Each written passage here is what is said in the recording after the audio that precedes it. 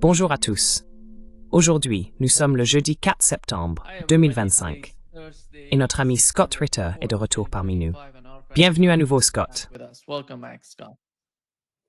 Merci de m'avoir invité.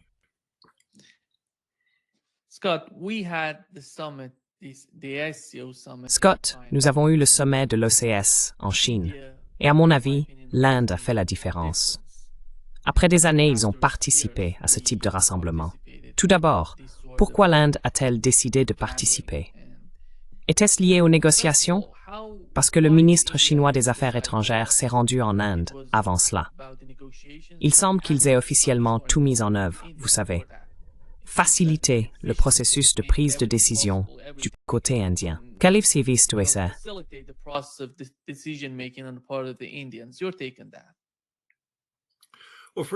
Eh bien, tout d'abord, il faut comprendre que l'Inde est membre de l'OCS, l'Organisation de coopération de Shanghai. Alors, pourquoi ne participerait-il pas? Scott, est-ce que tu es connecté à ton micro? Il semble que le micro que tu utilises n'est pas le même que celui que nous. On peut utiliser celui-ci. Oui. Ou alors, nous pouvons utiliser celui-ci. C'est toi qui choisis. Oui, le premier. Oui, c'est ce que je pensais. Oui, vas-y. D'accord. Je disais simplement qu'il y a toutes les raisons pour que l'Inde soit présente. Pourquoi l'Inde ne serait-elle pas là? Oui, tu devrais peut-être changer ça, parce que ta voix monte et descend sans arrêt. Je ne sais pas ce que c'est. Je ne sais pas non plus ce qui se passe. Et ça alors? Est-ce que c'est plus cohérent? Oui, bien. Allez-y. Désolé pour cela. Non, écoutez, l'Inde allait participer. La question est de savoir à quel niveau de participation et quel en serait le résultat. Écoutez, l'Inde et la Chine travaillent à rétablir leurs relations depuis un certain temps déjà. L'année dernière, ou il y a 2 ans je crois, à Kazan, vous savez, Poutine a réuni Modi et Xi, et il était question d'une promesse de réconciliation. Mais vous savez, il y a de gros points de friction. Et l'un des plus importants, c'est la sécurité des frontières.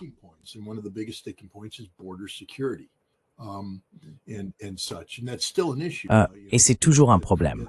Vous savez, les gens ont tendance à oublier qu'en 2020, des soldats indiens et chinois se sont entretués à cette frontière et il continue d'y avoir aujourd'hui des niveaux de tension très élevés.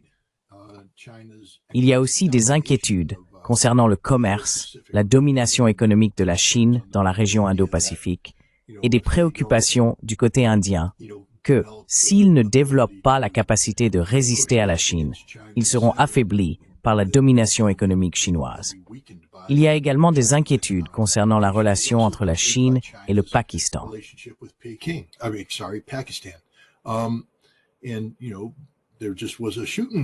Il y a eu récemment une guerre ouverte entre l'Inde et le Pakistan, où le soutien militaire chinois au Pakistan a joué un rôle crucial.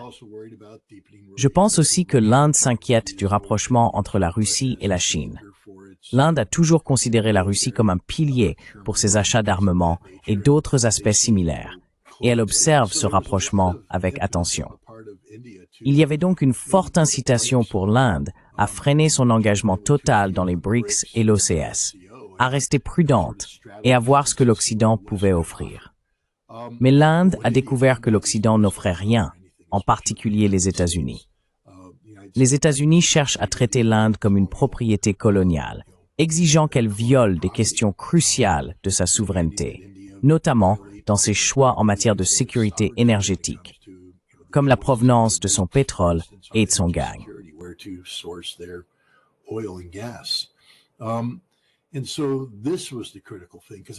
C'était donc l'élément crucial, car je ne sais pas si Modi serait allé en Chine autrement.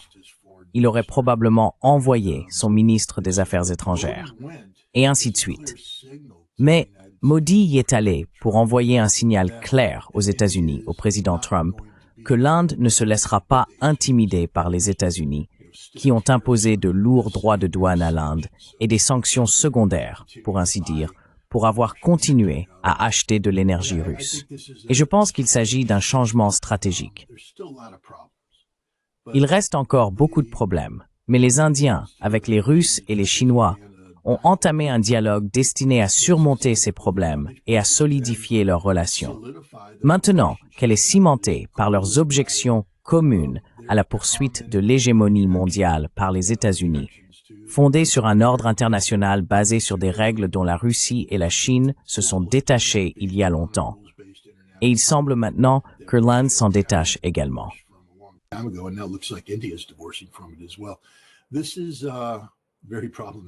C'est très problématique pour les États-Unis. C'est quelque chose qui peut briser l'économie américaine et isoler dramatiquement l'Amérique sur la scène mondiale. Je ne vais pas dire qu'il n'y a aucune chance pour l'Amérique de réparer ses relations, mais je dirais qu'à l'heure actuelle, étant donné les très mauvais conseils que Donald Trump reçoit de son secrétaire d'État, de son secrétaire au Trésor et d'autres, il ne semble pas que l'administration Trump ait ni la volonté, ni les outils nécessaires pour rétablir les relations avec l'Inde. Vladimir Poutine et Xi Jinping, eux, les ont certainement.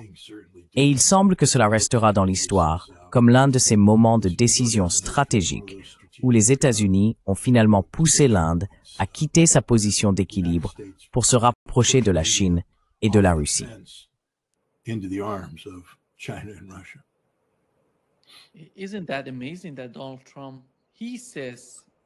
N'est-ce pas incroyable que Donald Trump dise qu'il est trop tard pour que l'Inde revienne? Je ne sais pas ce qui se passe dans sa tête. Qu'il serait trop tard pour que l'Inde ait une meilleure relation avec les États-Unis. Parce que regardez la situation entre la Russie et la Chine. Ils sont dans un partenariat que personne n'arrive à séparer.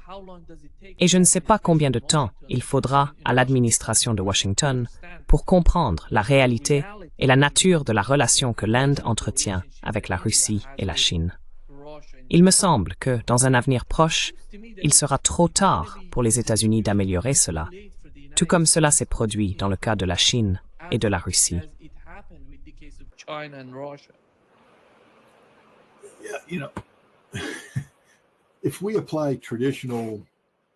Si nous appliquons des modes de pensée traditionnels à ce problème, cela n'a aucun sens. Donald Trump est littéralement en train de commettre un suicide géopolitique à l'instant même, et il le fait de son plein gré. Tellement volontairement que l'on se demande si ce n'est pas délibéré. Je veux dire, toi et moi, tu sais, on commence à parler comme si c'était une grosse erreur de la part des États-Unis.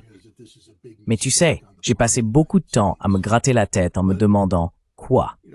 Pourquoi ferait-il cela? C'est tellement évident que cela va mener à l'échec, à moins que l'échec ne soit précisément ce qu'il cherche à atteindre.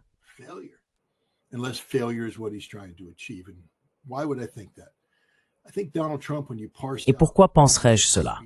Je pense que Donald Trump, lorsqu'on analyse ses discours passés, a évoqué le fait que l'Amérique est largement surengagée à travers le monde. Nous avons endossé le rôle de gendarme du monde. Nous nous sommes engagés ici, là-bas, partout, et nous avons dilué notre force.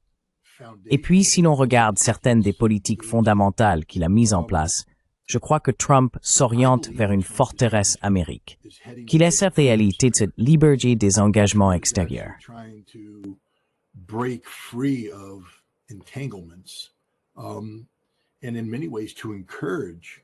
Et de bien des façons, il s'agit d'encourager l'émergence de structures de pouvoir qui permettraient de créer un équilibre dans le monde.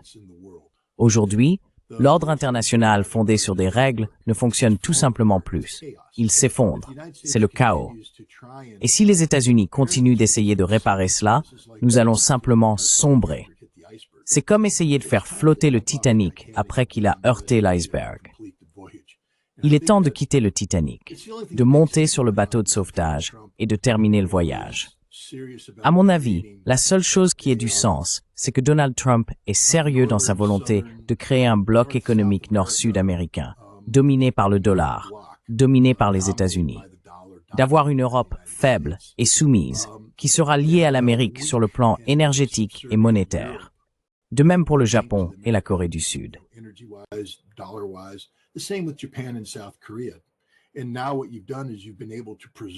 Et maintenant, ce que vous avez fait, c'est que vous avez réussi à préserver une certaine forme de domination du dollar, qui permettra au dollar de survivre même après que le reste du monde, le Sud global, se soit débarrassé du dollar, ce qui est la direction que prennent actuellement les Russes, les Chinois et les Indiens.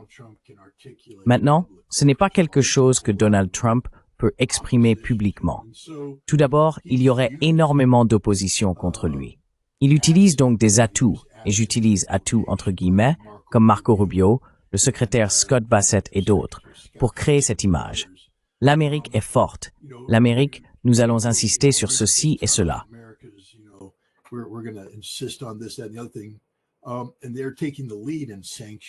Et ils prennent l'initiative de sanctionner et d'isoler les États-Unis. Pendant ce temps, Donald Trump consolide la forteresse Amérique. Je pense qu'il se concentre sur le fait de mettre le Canada, le Mexique, l'Amérique centrale et l'Amérique du Sud sous sa coupe. L'un de ses objectifs stratégiques, à mon avis, est de placer le Venezuela sous contrôle américain. C'est une sacrée quantité de pétrole. C'est beaucoup de pouvoir. C'est beaucoup de stabilité à long terme.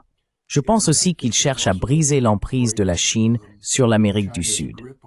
Je ne sais pas comment il va s'y prendre, mais toi et moi avons déjà parlé du Brésil et du fait qu'il existe d'importantes forces politiques au Brésil qui s'opposent à Lula, aux BRICS et à tout cela.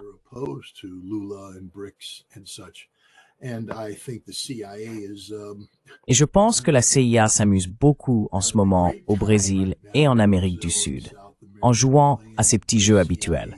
Recruter des gens, en aligner d'autres, en saper certains, tout cela pour provoquer de l'instabilité dans la région, afin que l'Amérique puisse nommer les autocrates qu'elle préfère.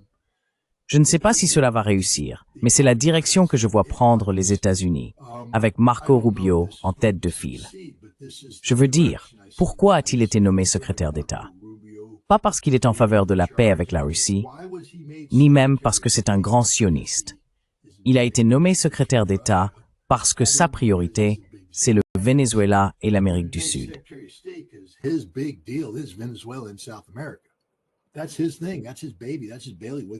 C'est son truc, c'est son projet, c'est son domaine de prédilection.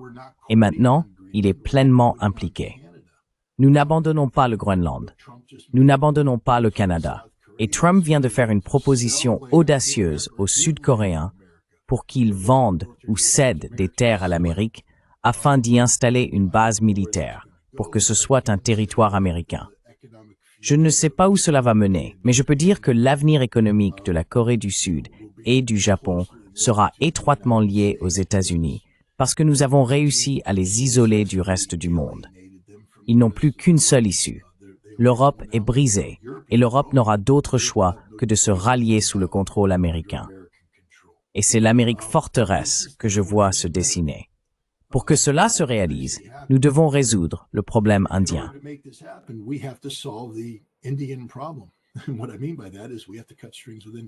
Et ce que je veux dire par là, c'est que nous devons couper les liens avec l'Inde. Je ne sais pas si c'est la bonne chose à faire. J'essaie juste de comprendre ce qui a du sens, parce que rien d'autre n'en a. Rien n'a de sens quand il agit ainsi. Je veux dire, nous jetons l'Inde dans les bras de la Russie et de la Chine. Pourquoi? Je pense que la réponse est claire, parce que l'Inde, à bien des égards, représenterait une pilule empoisonnée, ou une pilule potentiellement empoisonnée, pour la relation Russie-Chine. Car il y a tout simplement beaucoup de problèmes entre l'Inde et la Chine qui ne vont pas disparaître. Cette frontière est un gros problème. Et en forçant l'Inde à s'investir totalement dans cette relation, on les pousse à accepter l'Inde. Et maintenant, ils doivent gérer le poison qu'est l'Inde. L'Inde est un pur poison.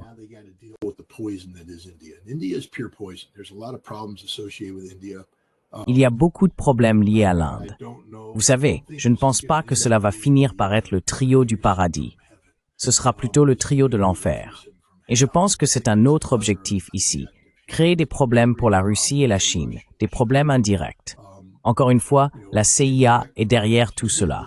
C'est une façon de penser et de modéliser typique de la CIA. C'est la seule explication que je peux trouver.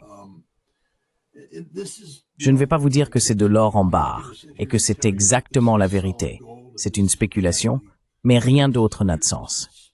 Rien n'a de sens. Pourquoi couper littéralement l'Inde et l'encourager à se jeter dans les bras de la Russie et de la Chine?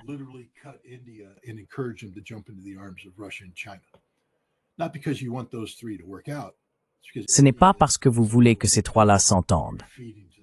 C'est parce que l'Inde est une pilule empoisonnée que vous faites avaler aux Russes et aux Chinois.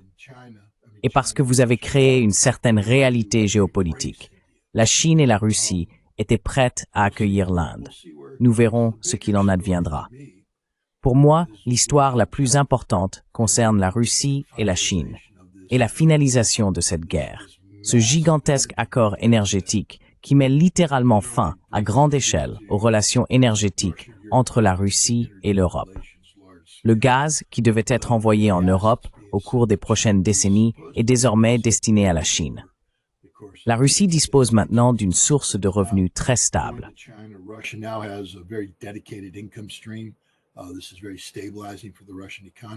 C'est très stabilisateur pour l'économie russe. Et c'est dévastateur pour l'Europe, car cela garantit désormais que l'avenir de l'Europe sera d'acheter de l'énergie très chère, probablement la même énergie qui est actuellement extraite de Russie, envoyée vers la Chine. Ensuite, les Chinois la reçoivent, la transforment en gaz naturel liquéfié, la mettent sur un grand navire, la font passer par le Cap jusqu'en Europe et la revendent aux Européens à un prix 3 à 5 fois supérieur. Vous savez, ça m'est égal, l'Europe s'est tiré une balle dans le pied sur ce coup-là. Mais pour moi, c'est ça la grande histoire. Le fait qu'ils aient finalement, après, vous savez, que la Chine n'ait pas voulu se lancer, c'est la stupidité de Trump.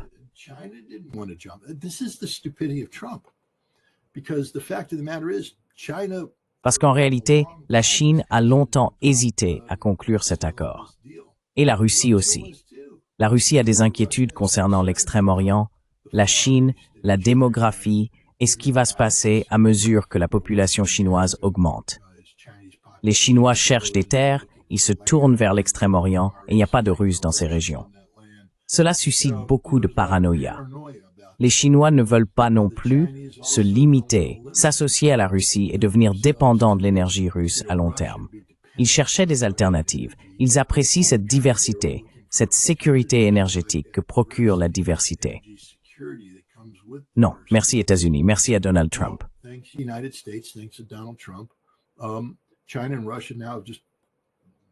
La Chine et la Russie maintenant, ils sont passés directement à nous sommes liés ensemble pour les 30 prochaines années et plus. Et c'est ça, la grande histoire. C'est la plus grande nouvelle issue de l'OCS, à mon avis. Cette relation énergétique, parce que c'est celle qui tue l'Europe. Et aussi, encore une fois, je ne peux m'empêcher de me demander, parce que Trump parle sans cesse de se tourner vers le Pacifique. Vous n'allez pas vous tourner vers le Pacifique maintenant, parce qu'il n'y a aucun moyen de tenir tête à ce duo. Et je pense que c'est délibéré, parce que je ne crois pas que Donald Trump cherche une guerre contre la Chine. Je pense qu'il cherche à se désengager de la Chine. Je pense qu'il veut créer une Amérique forteresse.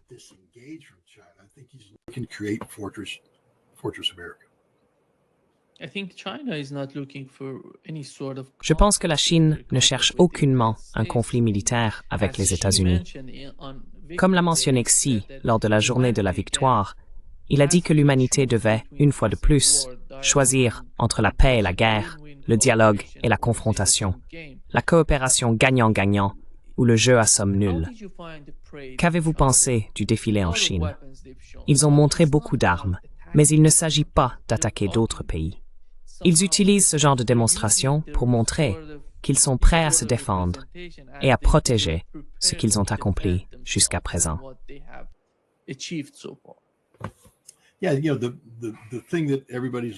Oui, ce sur quoi tout le monde se focalise, ce sont les DF-5C qui ont été exhibés lors du défilé. Oh mon Dieu, c'est la première fois qu'on voit le DF-5C. Mais on a déjà vu le DF-5, il existe depuis longtemps. C'est un très gros missile à carburant liquide. Pas très performant. Pas très performant. On sait ce que c'est. Il reste dans des tunnels et des montagnes, mais il doit être sorti du tunnel, puis dressé, puis ravitaillé en carburant. Il faut 2 heures pour le ravitailler. 2 heures. Les satellites le détectent. Le temps de vol d'un missile de contre-attaque se mesure en dizaines de minutes. Donc, s'ils commencent à sortir leur DF-5 et à les ravitailler, ils seront détruits. Alors, pourquoi mettre l'accent sur le DF-5? Parce que c'est clairement une arme de dissuasion.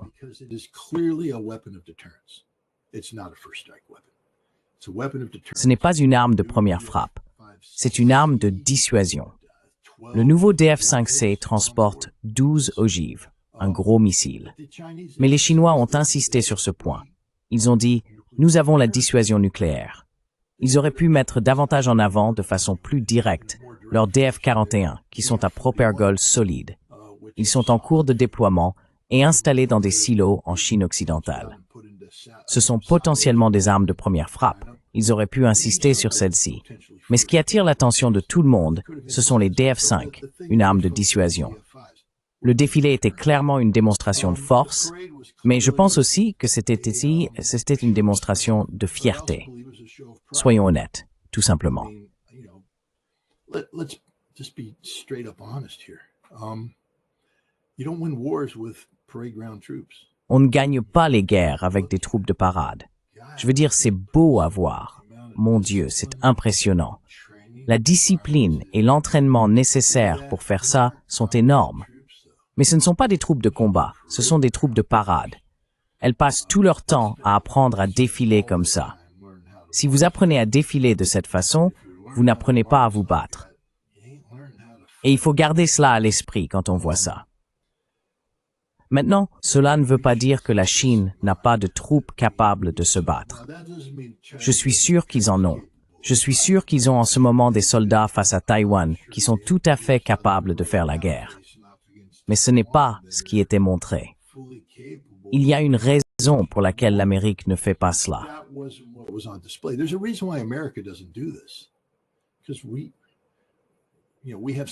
Parce que nous avons de petits contingents de troupes cérémonielles. Les Marines ont les 8e et 9e. Vous savez, ils sont en garnison à Washington, D.C. Je crois qu'il y a 3 compagnies de marines dignes de défiler. Très bien. Ils font l'équipe de démonstration silencieuse. Ils ont une fanfare. Ils font vraiment du bon travail. L'armée a, vous savez, le régiment qui garde la tombe du soldat inconnu, qui est aussi une unité cérémonielle. La marine, la garde côtière et l'armée de l'air ont toutes des unités cérémonielles. Et elles sont utilisées pour les funérailles et les grands événements. Mais nous n'avons pas une division de soldats dignes de parade. Parce que, je peux parler pour le corps des marines, nous sommes trop occupés à apprendre à faire la guerre. Nous sommes trop occupés à trouver comment tuer des gens, pas à apprendre à défiler et à avoir fière allure. Nous savons défiler, mais ce n'est pas notre métier.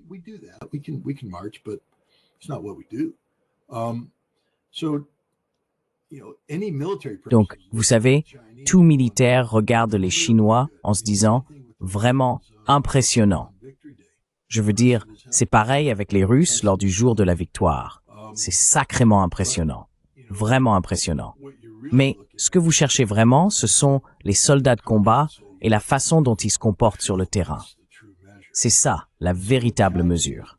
Et donc, ce que la Chine a fait, c'est offrir un sacré spectacle et ils en ont parfaitement le droit. C'est le 80e anniversaire de la défaite du Japon impérial. Et c'est important pour la Chine, la Russie et la Corée du Nord d'avoir un défilé comme celui-ci, parce que nous vivons à une époque où l'Occident réinvente l'histoire, où l'on a déjà vu, lors de la célébration du 80e jour de la victoire, Donald Trump et d'autres essayer de faire croire que ce n'est pas l'Union soviétique qui a vaincu l'Allemagne nazie, mais les États-Unis, la Grande-Bretagne et la France.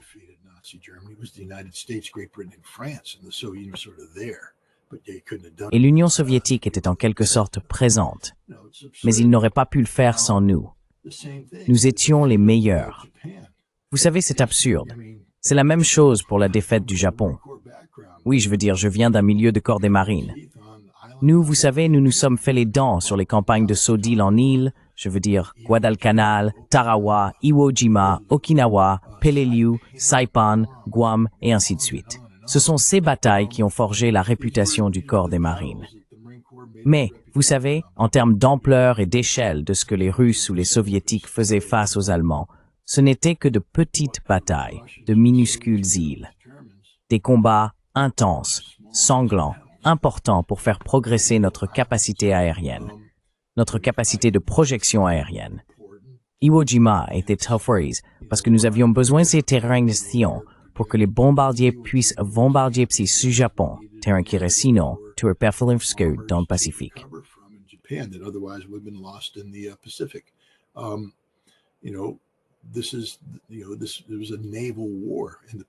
Il y a eu une guerre navale dans le Pacifique. Et même alors, une fois celle-ci terminée, l'essentiel de la puissance de combat du Japon n'avait pas encore été engagé. Je veux dire, l'armée du Kwantung opérant en Mandchourie et en Corée, plus d'1 million d'hommes.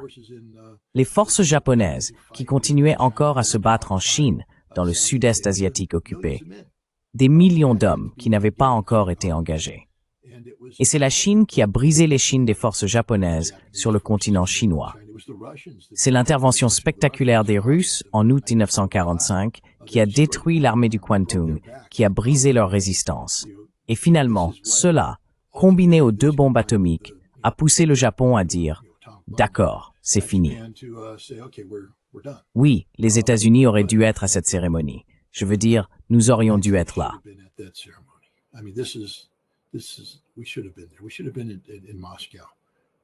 Nous aurions dû être à Moscou parce que nous avons joué un rôle dans cette guerre, un rôle important, un rôle crucial. Nous étions l'un des grands alliés. Nous étions le creuset de la démocratie. Notre programme de pré-bail a aidé à maintenir les Soviétiques dans la lutte. Nous aidions les Chinois avec la Hump, en transportant des avions et du matériel au-dessus de l'Himalaya pour assurer le soutien logistique des forces chinoises. Nous avions les tigres volants, les hommes de Sheno, là-bas, menant des opérations aériennes contre les Japonais. Et puis bien sûr, il y a ce que nous avons fait après Pearl Harbor. L'immense campagne où nous avons construit cette marine gigantesque et conquis le Pacifique. Nous aurions dû être là parce que nous avons joué un rôle très important dans cette victoire.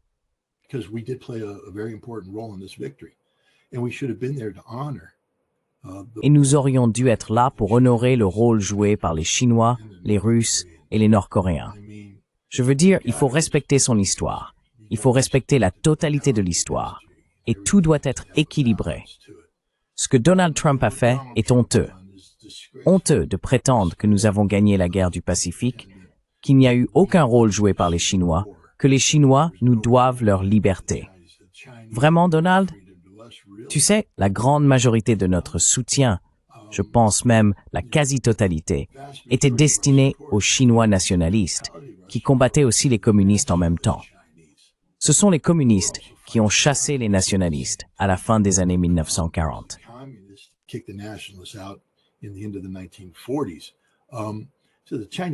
Donc, les communistes chinois ne nous doivent rien, enfin, sauf indirectement.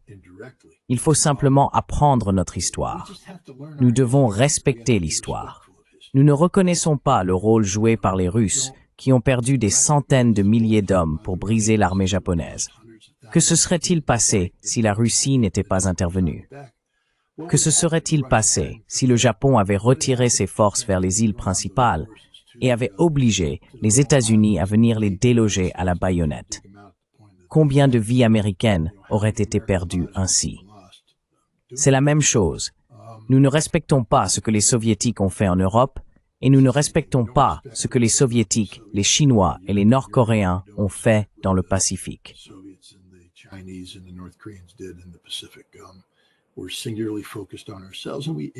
Nous sommes entièrement centrés sur nous-mêmes et d'une certaine manière, nous manquons de respect au sacrifice des Américains qui sont morts en combattant les Japonais et les Allemands. Car je ne pense pas qu'il y en ait un seul parmi eux qui voudrait que leur rôle soit minimisé ou exagéré. Ce qu'ils ont accompli était fantastique, héroïque, essentiel à la victoire. Et cela doit être reconnu comme tel. Mais personne ne veut recevoir le mérite de quelque chose qu'il n'a pas fait. Personne ne souhaite cela. Maintenant, les gens veulent, vous savez, si vous devez recevoir du crédit, recevez-le pour ce que vous avez fait. Et ce que nous avons fait était beaucoup. Ce que nous avons fait était suffisant. Ce que nous avons fait a contribué à créer les conditions de la victoire. Mais il n'y a personne qui souhaite qu'on lui attribue la gloire qui revient à d'autres.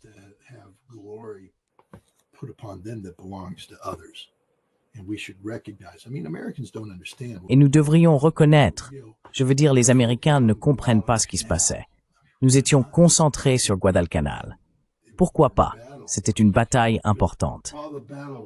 Mais alors que la bataille de Guadalcanal faisait rage, étions-nous conscients des grandes batailles terrestres menées sur le continent chinois, des grandes batailles terrestres menées en Asie du Sud-Est? Je veux dire, certains Américains ont une connaissance périphérique des maraudeurs de Merrill et, vous savez, de la guerre entre les Japonais et les Britanniques le long de la frontière indienne en Birmanie, mais pas beaucoup plus. Nous n'y prêtons pas trop attention. Nous sommes trop occupés à nous inquiéter, vous savez, de ces batailles relativement petites menées sur ces îles à travers le Pacifique.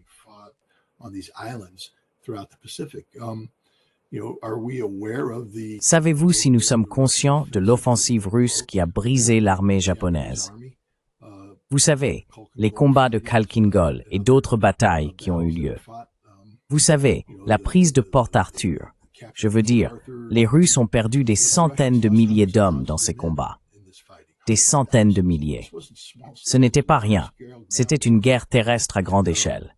Et vous savez, nous l'ignorons complètement. Nous sommes totalement ignorants du rôle joué par nos alliés dans la défaite stratégique de l'Allemagne nazie et du Japon impérial. Scott, voici ce que Donald Trump a dit à propos du défilé militaire chinois.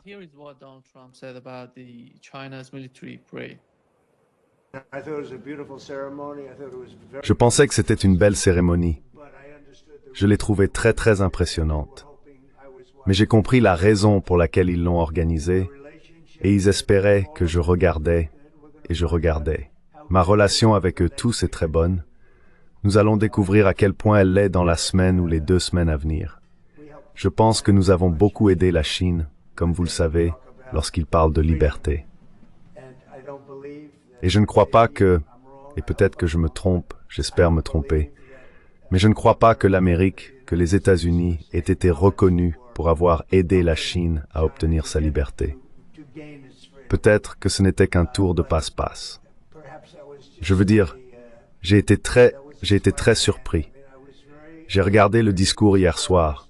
Le président Xi est un ami à moi, mais je pense que les États-Unis auraient dû être mentionnés hier soir pendant ce discours. Nous avons beaucoup aidé la Chine.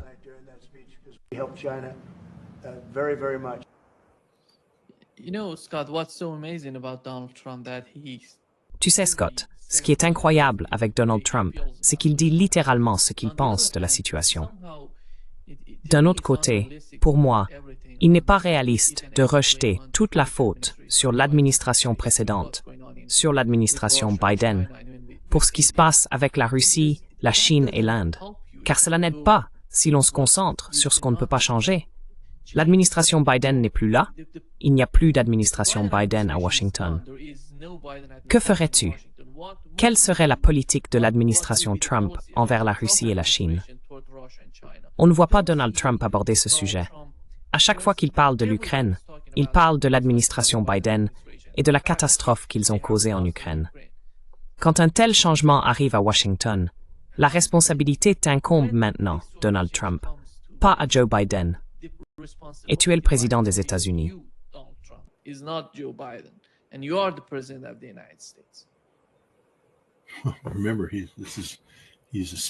Rappelez-vous, il s'agit d'un président en 2e mandat. Son premier mandat a eu lieu avant Joe Biden. Et il est temps que les gens commencent à examiner de plus près la politique étrangère de Donald Trump lors de sa première administration et les décisions qui ont été prises concernant la Russie, la Chine et l'Inde. Car Donald Trump est directement responsable du monde tel qu'il est aujourd'hui. Il a initié un processus que Joe Biden a hérité. Joe Biden ne s'est pas écarté des objectifs et des buts de la politique étrangère de Donald Trump de manière significative. La politique envers l'Ukraine était une continuation de la posture très agressive adoptée par Donald Trump. L'idée qu'il n'y aurait pas eu de guerre s'il avait été président est absurde. Il y aurait eu une guerre.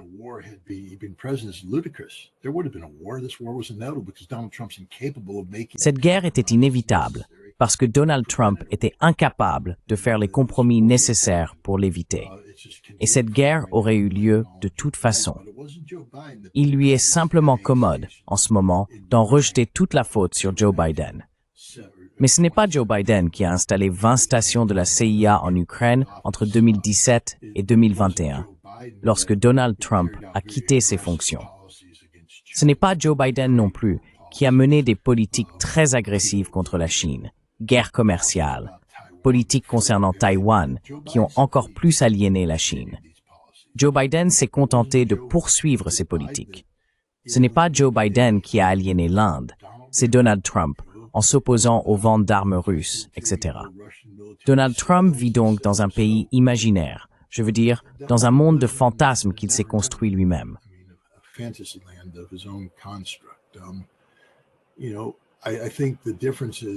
Vous savez, je pense que la différence entre avant et maintenant, c'est qu'aujourd'hui, il a une vision du monde qu'il est prêt à mettre en œuvre de manière agressive. Je crois que lors de son premier mandat, il avait des concepts vagues, mais il ne savait pas vraiment ce qu'il essayait d'accomplir, ni comment il comptait s'y prendre. Mais le temps qu'il a eu entre son premier et son second mandat, à observer Joe Biden, lui a permis d'élaborer une vision qu'il essaie, selon moi, de mettre en œuvre aujourd'hui. Mais pour y parvenir, il doit prendre ses distances avec ses politiques passées.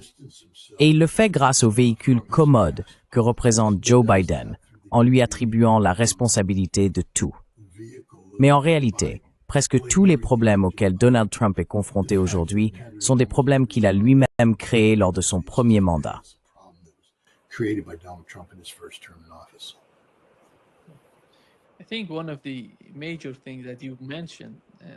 Je pense que l'un des points majeurs que vous avez évoqués à propos de ce sommet concerne ces deux gazoducs. Le second, c'est le Power of Siberia 2, qui devrait être opérationnel, je crois, d'ici 2030. Dans 5 ans, il sera en place, et ils en discutent, comme nous le savons. Mais quelle pression cela exercera-t-il sur l'Europe à l'avenir et sur les politiques européennes?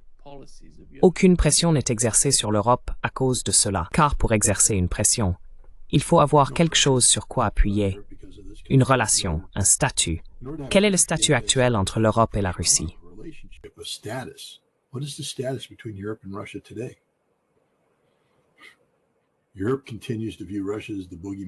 L'Europe continue de considérer la Russie comme le grand méchant loup et l'utilise comme justification pour des politiques qui entraînent la destruction économique et l'isolement géopolitique de l'Europe. La Russie s'est détachée de l'Europe. Elle n'a pas besoin de l'Europe. À bien des égards, elle ne veut pas de l'Europe. Elle n'a aucun désir pour l'Europe. C'est donc une déclaration de finalité. Vous savez, en gros, ce gaz était censé être développé pour l'Europe.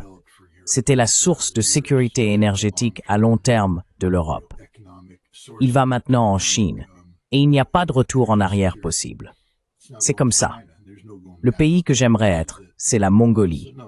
Je veux dire, simplement s'occuper de ses propres affaires, être tranquille, et tout à coup, on vous dit, au fait, on va construire un gazoduc sur votre territoire, et vous allez recevoir plusieurs milliards de dollars par an, en quelque sorte, gratuitement.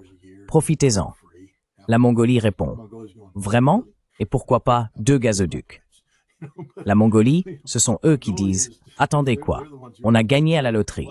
Donc, tant mieux pour la Mongolie.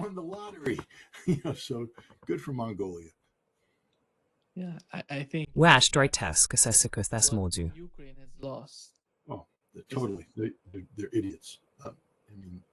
Oh, totalement. Ce sont des idiots. La collusion ukraino-européenne en matière d'idiotie est sans précédent dans l'histoire moderne. Littéralement, si on avait pu remonter le temps jusqu'en 2020 et écrire un article disant « Listez les 10 choses qui, si vous les faisiez, entraîneraient la destruction totale de l'Europe et de l'Ukraine », ils les ont toutes faites. Et ils en ont ajouté plein d'autres, juste pour être sûrs. C'est sidérant ce qu'ils ont fait, et pourquoi ils l'ont fait. Scott, il y a eu une réunion, un briefing en Russie, et Gerasimov a présenté « Regardez le mur et la nouvelle carte qu'il montre. » Penses-tu qu'ils sont sérieux à ce sujet? Ou est-ce simplement, je ne sais pas, qu'ils voulaient faire parler d'eux? À quel point le concept d'avoir une bande allant d'Odessa à Nikolaïev, remontant jusqu'à Kharkov, faisant partie de la Russie dans l'esprit du gouvernement russe, de l'administration russe, de l'administration Poutine, est-il bossé au sérieux?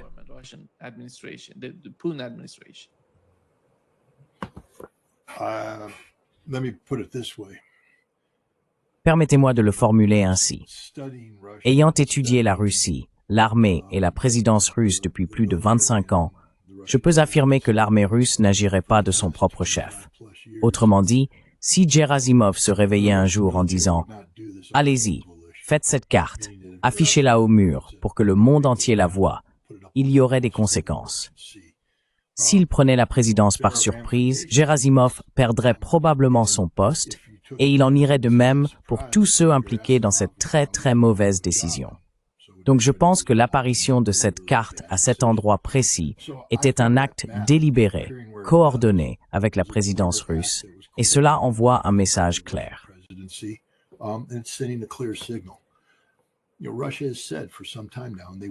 Vous savez, cela fait un certain temps que la Russie affirme, et ils ont averti les Ukrainiens en juin de cette année, d'accepter la proposition de Vladimir Poutine, qui était essentiellement le communiqué d'Istanbul, mis à jour pour refléter les réalités actuelles. Kherson, Zaporizhia, Donetsk et Luhansk feront partie de la Russie pour toujours. Et nous pouvons mettre fin à cette guerre, et tous les autres territoires vous appartiendront. Oui, il y aurait des zones tampons. Il faudrait qu'il y ait des zones tampons. Mais au final, une fois que les aspects militaires du conflit seraient résolus et qu'il y aurait une stabilité politique, ces zones tampons disparaîtraient. Mais le concept, c'est que les zones tampons existent pour une raison. Les Russes ont déclaré qu'ils devaient repousser les forces ukrainiennes, de manière à ce qu'elles ne menacent pas les infrastructures russes critiques.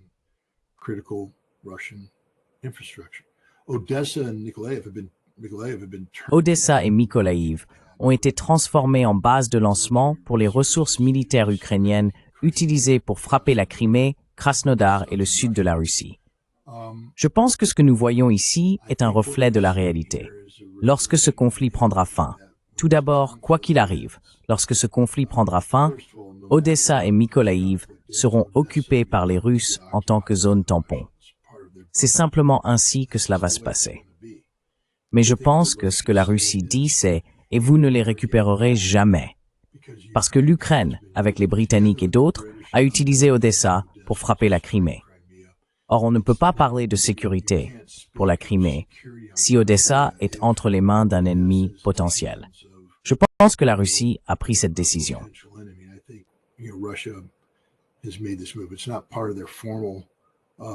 Cela ne fait pas partie de leur stratégie officielle.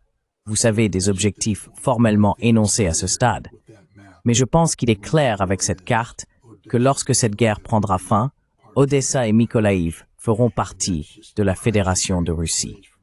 Et c'est simplement le prix que l'Ukraine paye pour avoir été stupide. Et s'il continue, je pense qu'une autre carte sera produite. Celle-là montrera Dnipropetrovsk, Kharkiv et Soumy comme faisant partie de la Russie. Et s'ils veulent continuer à jouer à des jeux stupides, alors les Russes peuvent, vous savez, avancer vers Tchernihiv. Où vont-ils s'arrêter? Ils s'arrêteront là où ils doivent s'arrêter pour atteindre leurs objectifs. Mais non, je pense que c'était un signal délibéré de la part de la Fédération de Russie, de manière coordonnée, qu'Odessa et Mykolaïv feront partie de la Russie lorsque tout cela sera terminé.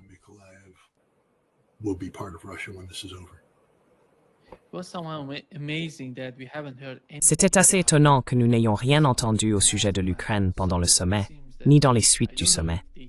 Il semble que, je ne sais pas s'ils en ont parlé, et ont réussi à le garder hors de portée des médias, mais il ne semblait même pas que la Chine voulait que la question ukrainienne soit abordée sur cette plateforme. Qu'en avez-vous pensé?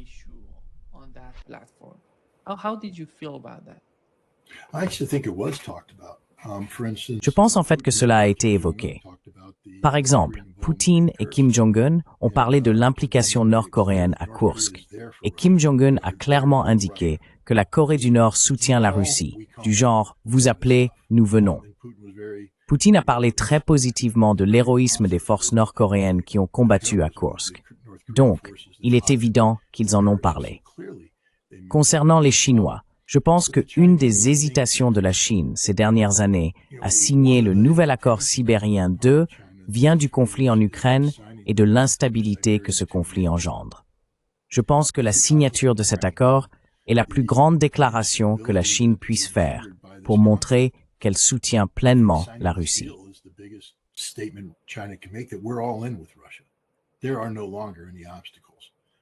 Il n'y a plus aucun obstacle. Nous sommes engagés à fond.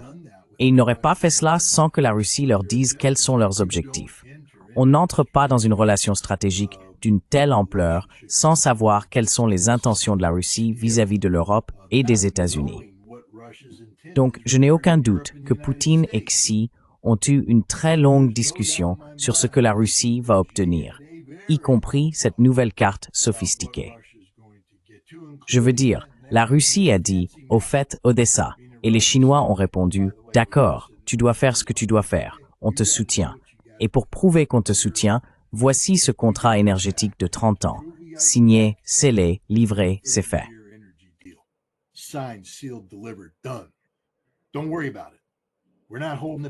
Ne t'en fais pas.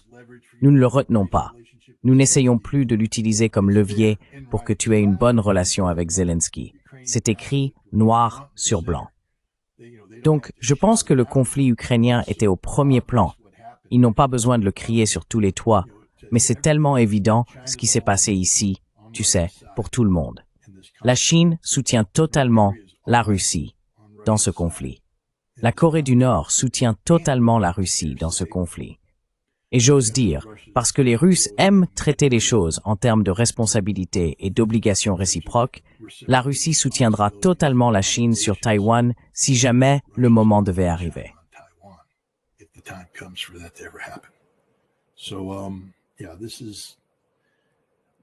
Donc oui, c'est une énorme erreur tactique ou stratégique de la part de l'Occident de permettre cela. Encore une fois, si je conseillais Donald Trump, ce n'est pas le cas, mais si je l'étais, je lui aurais dit « Tu dois aller à Moscou en mai et tu dois aller à Pékin en septembre.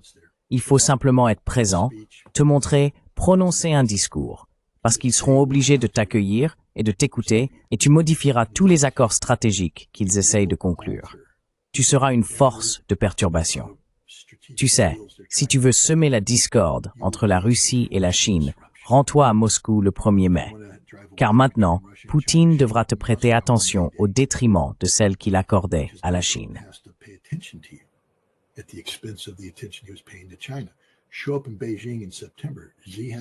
Présentez-vous à Pékin en septembre. Xi doit vous prêter attention. Cela signifie qu'il doit consacrer moins de temps à Poutine. Et il ne va pas vous provoquer en signant des accords à ce moment précis qui pourraient vous mettre mal à l'aise parce que vous avez fait ce grand geste en venant à Pékin. Au lieu de cela, il est resté chez lui et a fait des déclarations stupides sur les deux sujets. Ce n'est vraiment pas un homme très intelligent. Et il est clairement conseillé par certains des pires conseillers de l'histoire des conseillers. Parce que nous rendons littéralement le rapprochement entre la Russie, la Chine et l'Inde la chose la plus facile au monde. Nous leur écrivons pratiquement le mode d'emploi.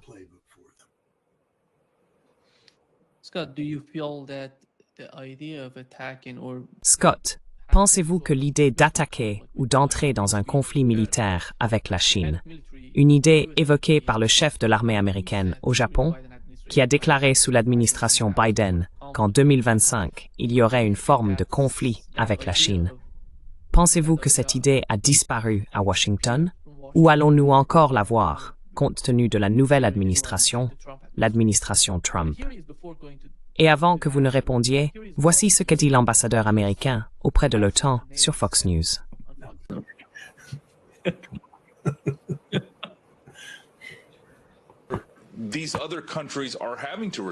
Ces autres pays sont obligés de réagir. Et vous savez, la Chine, je tiens à le souligner, la plupart des équipements militaires qu'ils ont présentés lors de ce défilé étaient des technologies très probablement volées aux États-Unis ou à nos alliés.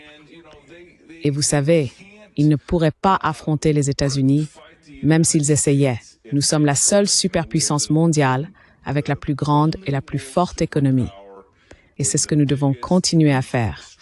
Nous devons continuer à investir dans notre défense et nous devons aussi nous assurer de continuer à protéger le rêve américain.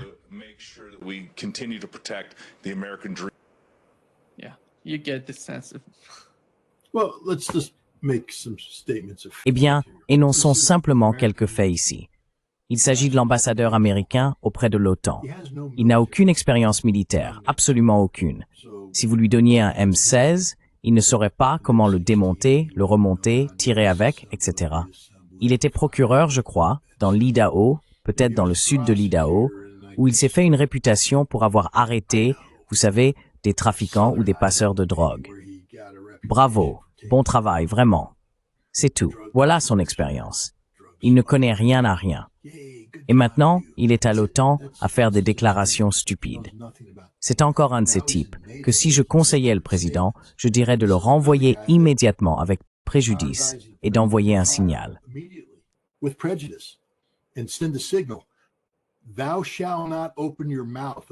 Tu ne dois pas t'exprimer sur des questions politiques majeures tant que je suis président, à moins d'en avoir obtenu l'autorisation de ma part. Tu n'as pas le mandat de t'asseoir là et de dire des choses stupides qui nous portent préjudice. Cet homme a insulté Poutine. Il l'a traité de nom avant le sommet en Alaska. J'ai oublié quel nom il a utilisé, mais c'était quelque chose de profondément insultant. Un ambassadeur américain qui, lorsqu'il prend la parole, ne parle pas au nom du secrétaire d'État. Les ambassadeurs parlent au nom du président des États-Unis. Donc c'est le président qui s'exprime quand il dit les choses les plus stupides. Il doit être renvoyé immédiatement. Il ne devrait plus jamais travailler au sein du gouvernement.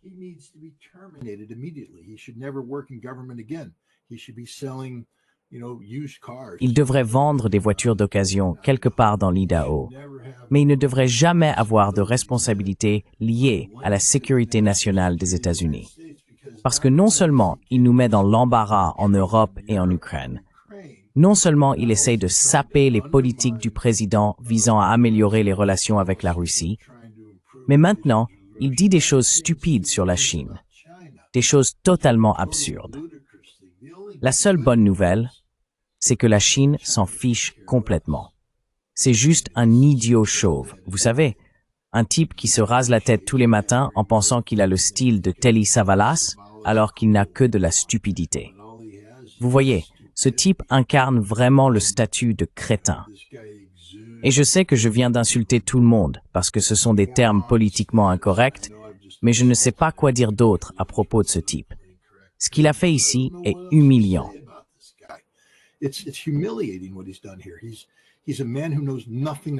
C'est un homme qui ne connaît rien à l'armée, rien du tout.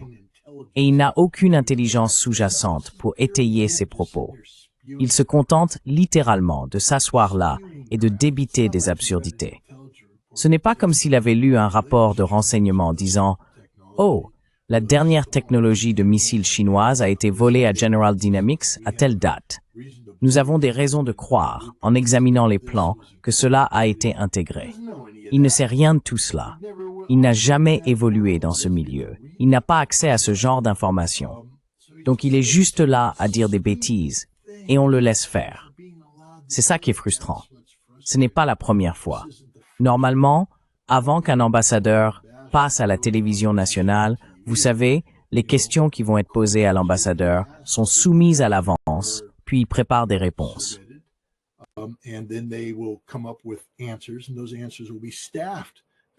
Et ces réponses seront renvoyées au département d'État, à la Maison-Blanche, parce que, encore une fois, l'ambassadeur, quand il prend la parole, qu'il s'agisse d'un homme ou d'une femme, parle comme s'il était le président. Et vous savez, il faut être clair. Je pense que ce type passe juste sur Fox News ou n'importe quelle chaîne qu'il a invité, et il fait ça juste pour semer la pagaille. Je ne pense pas qu'il y ait une quelconque directive ici. Je pense juste qu'il est là pour ça.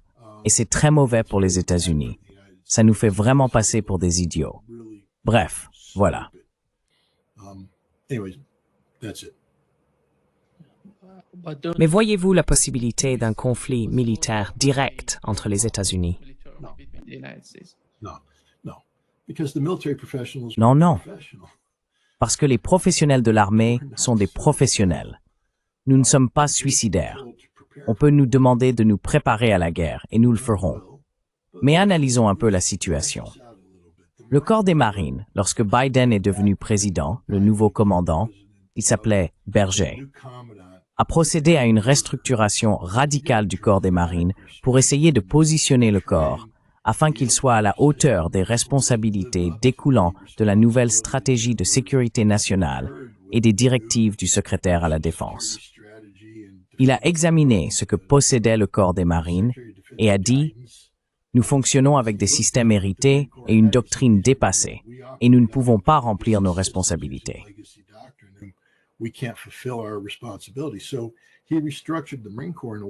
Il a donc restructuré le corps des marines de manière à créer ces unités capables d'opérer en milieu maritime, capables de mener des conflits dans le Pacifique Sud sur les îles, avec des capacités de frappe à longue portée, des missiles Tomahawk et d'autres systèmes de missiles, pour frapper la marine marchande chinoise, se déplacer ici, là-bas et tout ce genre de choses. Et cela a échoué. Cela a échoué. Aujourd'hui, le corps des marines regarde ce qui s'est passé et dit « Nous ne pouvons pas accomplir cela. C'est un concept raté. Cela n'a pas fonctionné et cela ne fonctionnera pas. » Le corps des marines doit donc réévaluer ce qu'il a fait. La marine, elle aussi, doit revoir certaines choses. Nous avons des navires mal entretenus.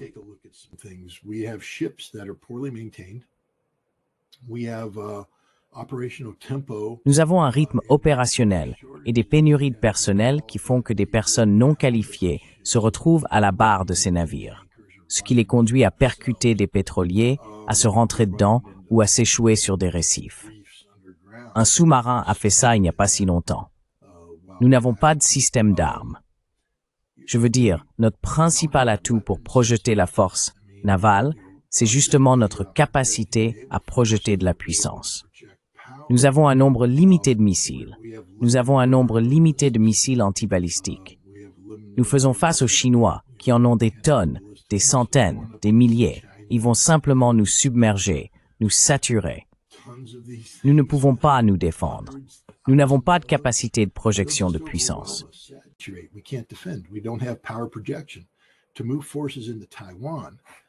Pour déployer des forces à Taïwan, pendant longtemps, nous n'avions pas d'ordre opérationnel pour Taïwan parce que c'était illégal de le faire.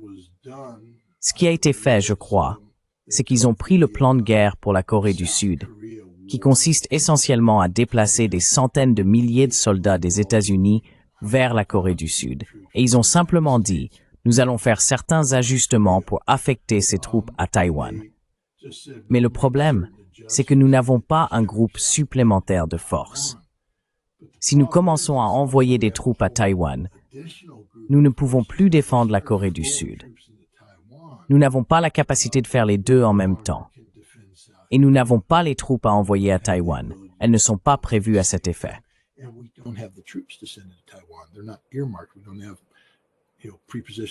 Nous n'avons pas, vous savez, d'équipement prépositionné. Nous avons restructuré notre armée de telle sorte que nous sommes incapables de renforcer efficacement nos forces.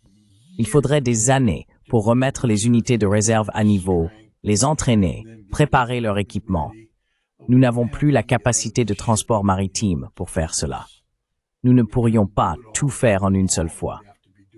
Il faudrait procéder par relais dans une guerre contre la marine chinoise, qui a la capacité d'interdire l'accès grâce à des missiles, des avions, des navires, des sous-marins.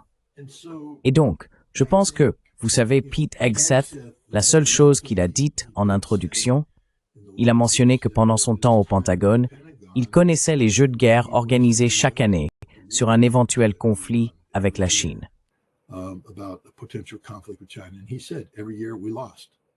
Et il a dit que chaque année, nous perdions. Nous ne pouvons pas battre les Chinois. La situation n'a fait qu'empirer. Je ne sais pas à quoi sert notre budget militaire, mais nous ne dépensons pas d'argent pour quoi que ce soit qui améliore actuellement notre capacité de combat. Nous avons besoin d'une réévaluation fondamentale, à partir de zéro, de ce que nous attendons de notre armée. Il faut être réaliste à ce sujet. Si nous voulons combattre dans le Pacifique, il faut commencer à construire des navires, beaucoup de navires. Et il faut doubler ou tripler la taille du corps des marines, ou mettre les unités de l'armée de terre à niveau en matière d'opérations de guerre amphibie. Il faut prépositionner beaucoup de matériel dans le Pacifique, car notre logistique sera mise à rude épreuve.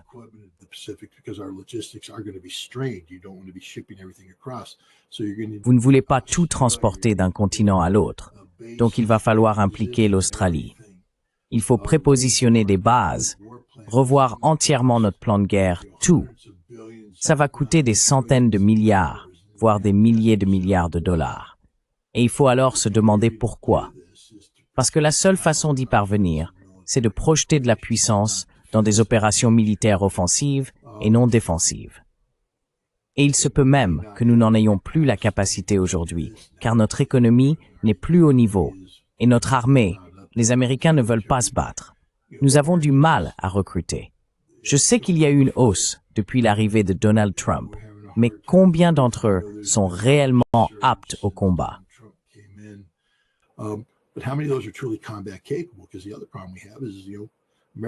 Parce que l'autre problème que nous avons, c'est que l'Amérique est devenue le pays des corps en surpoids. As-tu vu ces soldats chinois? Je n'ai pas vu un seul ventre rond parmi eux. Franchement, ces gars étaient en forme. C'est peut-être ce qui arrive quand on mange du riz et du poulet maigre. Je ne sais pas. C'était la remarque la plus raciste que j'ai faite aujourd'hui, et je m'en excuse. Mais ce que je veux dire, c'est qu'ils ne mangent pas ce que nous mangeons. Et quoi qu'ils fassent en termes d'exercice physique, je dois te dire que j'ai fait beaucoup de défilés à l'époque où j'étais dans le corps des marines. Et tu sais, on n'aurait jamais pu défiler comme ça c'est sûr. On se débrouillait, mais pas comme eux.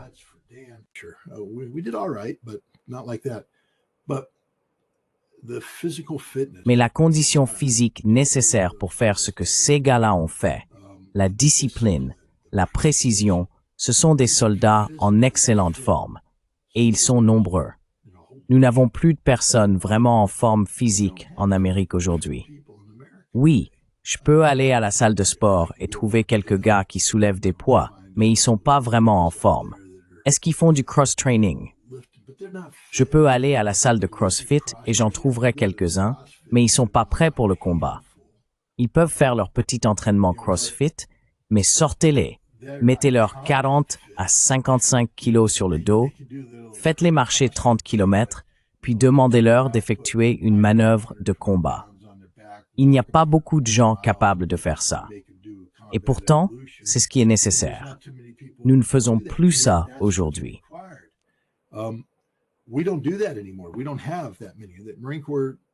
Nous n'en avons pas tant que ça. Le corps des marines et certaines unités de l'armée ont des gens capables de faire ce genre de choses. Mais de manière générale, notre armée est devenue un groupe de gros garçons, de grosses femmes, hors de forme, incapables d'accomplir une quelconque mission sous stress ou en conditions de combat. Et pour faire ne serait-ce que la moitié de ce qu'il faudrait pour affronter efficacement la Chine dans le Pacifique, il nous faudrait, vous savez, doubler la taille de notre armée. Où allons-nous les trouver? Des volontaires? Non. Et si c'était le cas, il faudrait tellement baisser les critères qu'on pourrait tout aussi bien ouvrir un glacier Baskin-Robbins, vous voyez, et attirer les gros gabarits en disant plus c'est gros, mieux c'est. L'Amérique a de sérieux problèmes structurels qu'il va falloir surmonter.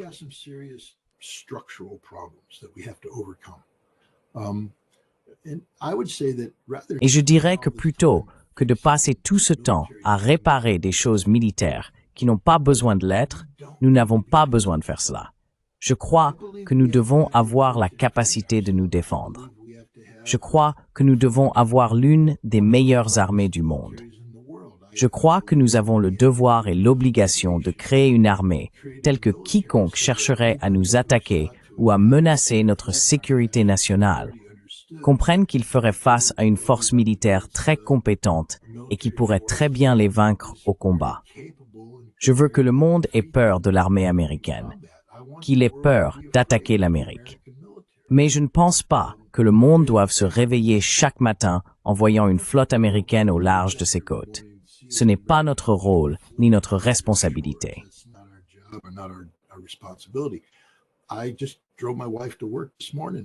J'ai conduit ma femme au travail ce matin, et c'est drôle. En approchant de son entreprise, on fait ça depuis 25 ans, ce sont toujours les mêmes foutus nids de poules.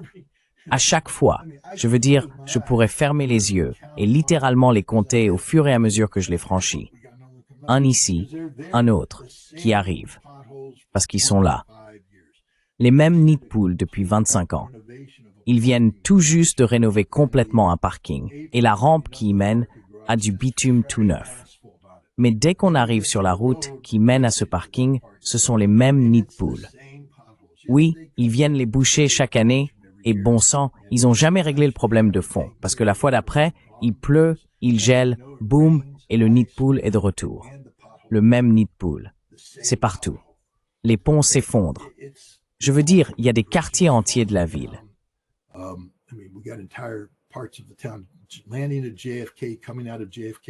Atterrir à JFK, sortir de JFK, c'est tout simplement une honte nationale.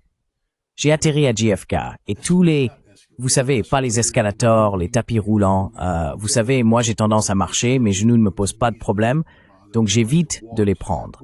Et c'est mon choix. Mais ils sont là pour les gens qui ont passé de nombreuses heures dans un avion et qui n'ont pas la force de marcher. J'étais récemment en Suisse, à Zurich. Tout fonctionne. J'étais à Moscou. Tout fonctionne. Tout fonctionne. Tout fonctionne. J'étais à JFK. Rien ne fonctionne. C'est une honte. Et c'est là que le monde arrive en Amérique. C'est ce qu'ils voient en premier. Et ensuite, ils sortent et se retrouvent dans cet aéroport en travaux depuis combien de temps déjà? Et la circulation est congestionnée. Le stationnement est horrible. Il faut une éternité pour entrer et sortir.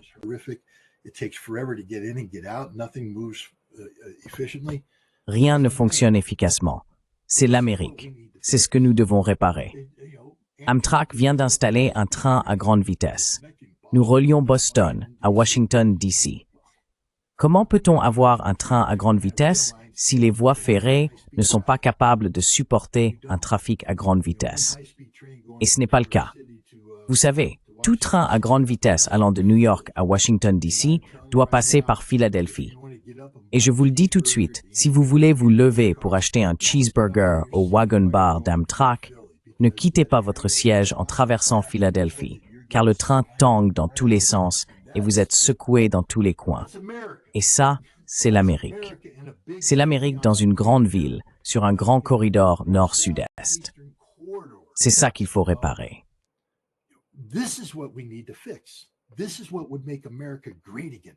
C'est cela qui rendrait l'Amérique à nouveau grande. Pas le fait de projeter notre puissance militaire dans des régions où nous n'avons pas besoin de le faire. Si nous voulons sauver Taïwan d'une invasion, alors nous devrions travailler avec les Chinois sur, vous savez, une politique d'un pays, deux systèmes, afin que Taïwan puisse conserver autant que possible ce qui fait sa singularité sans aliéner la Chine continentale. C'est ce que nous devrions faire, pour que nous puissions garder un pied à Taïwan et mettre un pied en Chine. Tirons parti de cette possibilité de paix pour en faire quelque chose qui nous donne la capacité de rivaliser à l'intérieur de la Chine. Non. À la place, nous parlons de dépenser des centaines de milliards de dollars pour développer une capacité militaire que nous ne pouvons pas construire. Nous n'égalerons jamais les Chinois en construction navale. Jamais. Ils produisent des navires à un rythme incroyable.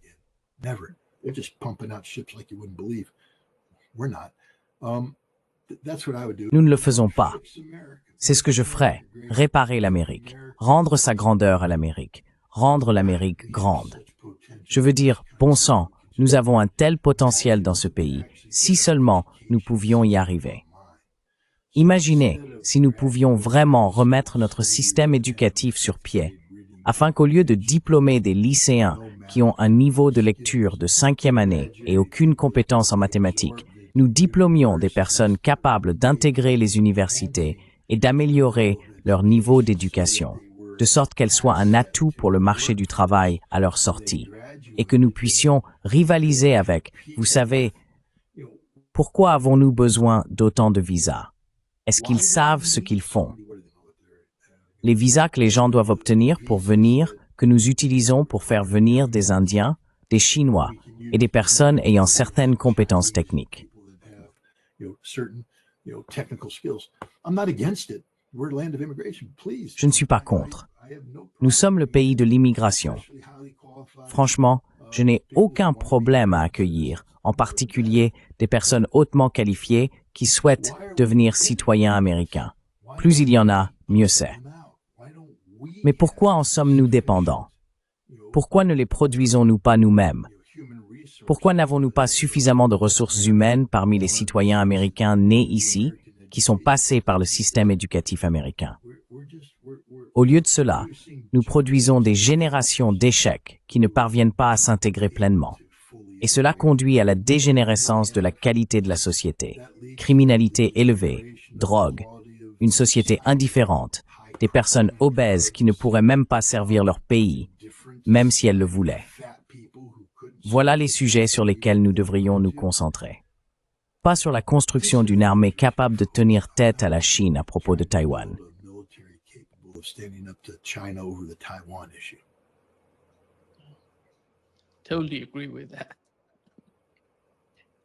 Je suis tout à fait d'accord avec cela.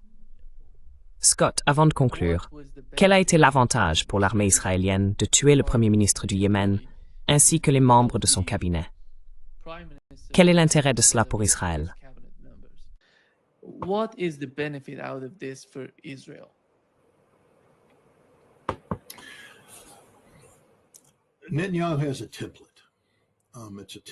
Netanyahou a une méthode.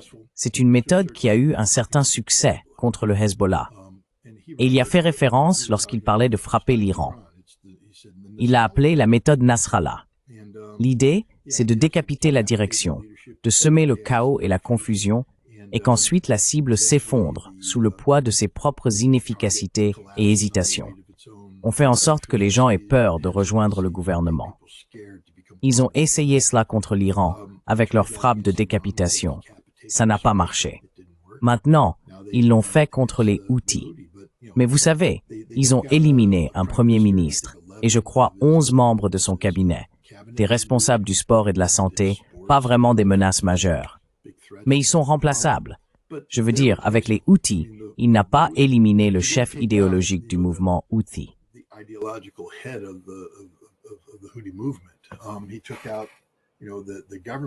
Il a renversé le gouvernement. Le gouvernement peut être remplacé facilement, aisément, et il le sera. Mais c'est le modèle Nasrallah. L'objectif est de briser la volonté des Houthis de poursuivre le combat, de semer suffisamment de doutes dans les rangs des Houthis pour que certains hésitent à continuer de lancer des missiles contre Israël. Je pense qu'ils ne comprennent pas les Yémen, qu'ils ne comprennent pas les Houthis, et qu'ils ne comprennent pas que cela ne les brisera pas. Ce sont un peuple déterminé à suivre la voie qu'il a choisie. Ils continueront à résister tant qu'Israël ne mettra pas fin à son génocide contre Gaza, ne permettra pas le retour de l'aide humanitaire et n'acceptera pas un cessez-le-feu. C'est la réalité. Mais l'idée était essentiellement de reproduire le succès qu'ils avaient eu contre le Hezbollah au Liban. Merci beaucoup, Scott, d'être avec nous aujourd'hui. C'est un grand plaisir, comme toujours.